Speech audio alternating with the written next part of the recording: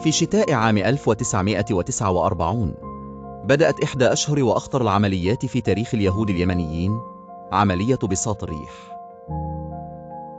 كانت الطائرات تصل ليلا بلا أضواء إلى مطار عدن، تحمل أسر يهودية تركت قراها وأحلامها خلفها وهي تؤمن بوعد الرحيل إلى أرض الميعاد.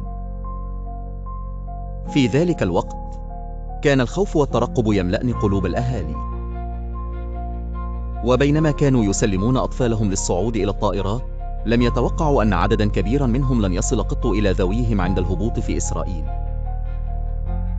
في الطائرات والمخيمات المؤقتة فقد أثر مئات الأطفال، واختفى وراء الضباب قصص لن تروى إلا بكشف الستار عن الحقيقة. عائلات كثيرة بحثت بلا جدوى، تلقوا رسائل متضاربة: تم تبني طفلكم أو مات بسبب المرض. بقيت الشكوك، وأخذت تتراكم روايات الخطف والتضليل، خصوصا مع صمت الجهات الرسمية وتضارب المعلومات. سنوات مرت والقضية مطوية بلا إجابة،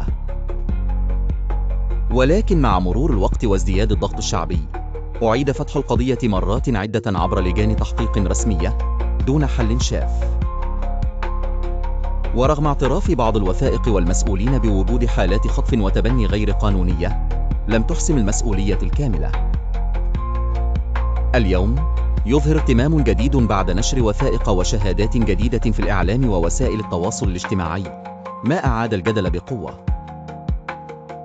وهناك من يعتبر القضية مفتاحا لفهم العلاقات بين الدولة والمجتمع، والصراع بين الحقائق الرسمية والقصص الشعبية. ويبقى سؤال من كان السبب بلا جواب حاسم. فإلى اليوم تحمل عائلات يهود اليمن في قلوبها جرحا لم يندم، وتنتظر اليوم الذي تكشف فيه كل الأسرار وينال كل ذي حق حقه.